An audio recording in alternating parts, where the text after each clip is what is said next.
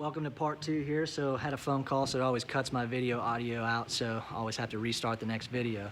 So again, we just pretty much wrapped up the walkthrough on the first floor. We're gonna go ahead and go upstairs, look at what you guys have optioned out upstairs. Of course, as you're walking up the stairs here, you guys have the oak stair option. These aren't the final treads that go on there. There's actually treads that go over the top of the stairs here, so it looks a little bit different as we get further along into the build. And then over here to the right, you guys are gonna have that ballast that gets installed, again, more towards fit to finish after sheetrock. So we walk up the stairs here, we'll walk into what they call the loft or the game room area, whatever you guys decide to call it. Again, one of the options that you selected, we got the floor outlet installed for you. Got the recess can option here. You got 1, 2, 3, 4 recess cans there and a ceiling fan pre-wire. Then over here, centered on this wall back here is where that low voltage option at 5 feet is gonna go. Again, I got your 110 installed here, low voltage right over there to the left. So it'll be nice and centered on that wall. We'll just kind of make our way clockwise through the rest of the house here. Go over into the guest bedrooms here.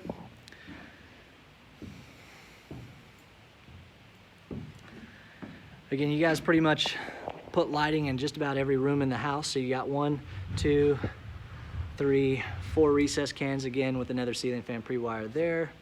You guys didn't decide to actually go with any low voltage in here, so you don't have to worry about any of that.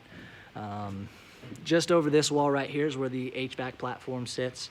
The pull down stair access for the HVAC platform is going to be right out here in the loft area right there. So that's how you're going to access that. We're going to go up there and take a peek at that when we get to the pre-closing orientation, more towards closing on the house. And right here you got that guest bathroom again. You're gonna have the dual vanity 2.0 door that goes right through to the bathtub area. One of the features in all of our bathrooms, so we obviously give you AC in all of our bathrooms. So this space right here is gonna have its own temperature control. And then you go over into the tub portion, right above your head there, you're gonna have another AC supply line. All of the bathrooms obviously come with their own exhaust fan, light source there, recess can right above the tub. This is the tub portion here. So something I always like to talk about here is, this is kind of step 1 of the flashing. So anytime you have a tile wall, this is always step 1. We want to make sure you got the Typar tape around the actual tub flange there. And really what it is it's step 1 in that shingle style method of installation. So over the top of that, you're going to have the moisture resistant sheetrock that goes all the way over the, it meets the top of that tub flange and it goes all the way to the ceiling. It's going to be a green board instead of that normal white sheetrock like you're used to seeing. Again, with the green board, it's just a moisture resistant sheetrock required to be installed in moisture saturated areas like a tile surround tub. So this is kind of step 1. So once that tile is installed, what it's going to do is, once they install that sheetrock, there's an orange Kerdi membrane that goes over the top of that. And then all of that stuff is getting installed right over the top of this. So in case any water gets behind that tile, we want to make sure that it's just going to make its way right back down here into the tub. And actually the reason that you see it filled with water right now is for the rough-in inspection tomorrow, we have to actually go through a DWV test is what they call it. So they fill up all the second story tubs, make sure the water is actually holding in there for a period of 24 hours, and then that's how they test the underground plumbing for the second time. All right, but let's get you in to the other guest bedroom here. Right above my head, obviously you guys went with the recess can package in here again, so you got 1, 2, 3, and 4 recess cans, and again with another ceiling fan pre-wire.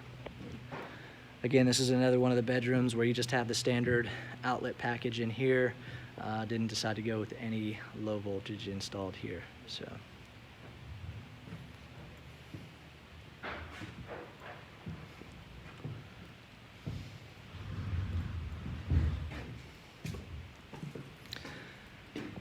All right, take you around to the 5th bedroom here.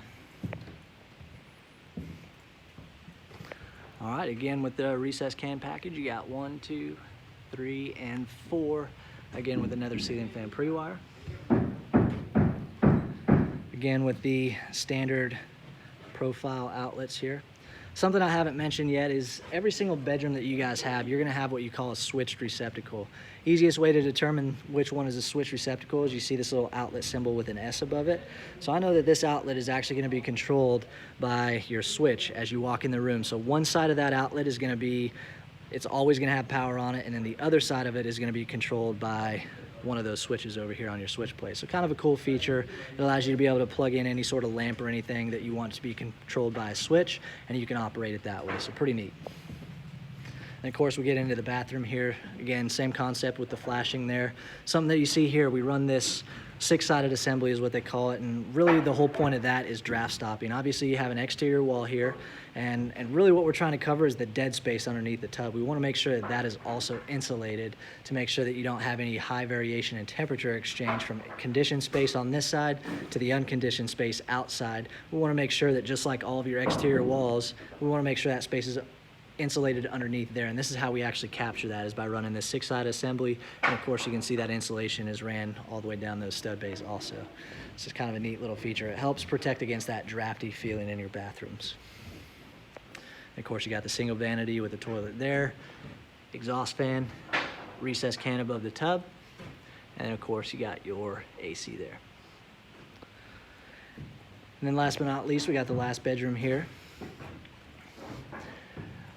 Again, same standard outlet profile. Again, you guys didn't want to put any low voltage features in this bedroom either, but you do have the standard outlet profile. Again, plenty of power in here. I don't think you guys are going to have any issues finding outlets in here. But above our heads, again, you went with 1, 2, 3, 4 recessed cans with the ceiling fan pre-wire. And that pretty much concludes what you got going on in the upstairs. I'll take you into your walk-in closet again, just to kind of show you the features of the walk-in closet. Right above our heads here, obviously you're gonna have a light, but you also have that AC feature also. I'll take you guys out to the second story patio just so you can get eyes on that.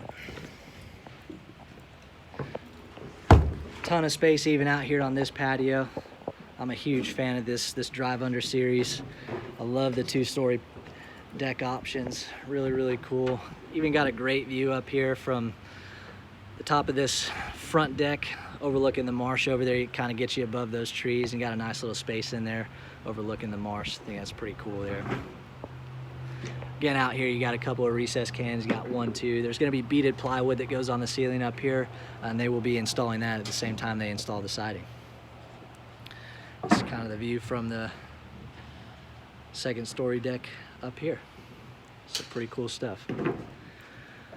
All right, but that's pretty much a grand tour of the house here. Again, just kind of showing off some of those options that you guys selected. Of course, if you guys have any questions, feel free to reach out to me, call, text, shoot me an email, and I'll get back to you as soon as I can. But just again, a quick reminder, I will be out next week, so my counterpart will be filling in for me. Again, just getting the baby home, just gonna do some bonding time with the baby. So just took about a week off, but I'll be back in town the following week. And then I will definitely be available for you guys to reach out to. If you happen to call or text me, over this next week or so, I would probably just prefer just shoot me an email, and I'll probably be paying attention to emails that come through. So if you have anything that's super pressing or really urgent that you got to get across to me, feel free to reach out to me, and I'll also give you my counterpart's information, so if you need to, you can reach out to him. But other than that, that's all I got for you. Hopefully you guys enjoyed a little bit of this walkthrough, and you can kind of see what the house is shaping up to be. Again, feel free to reach out with any questions, but I will see you guys on your next update.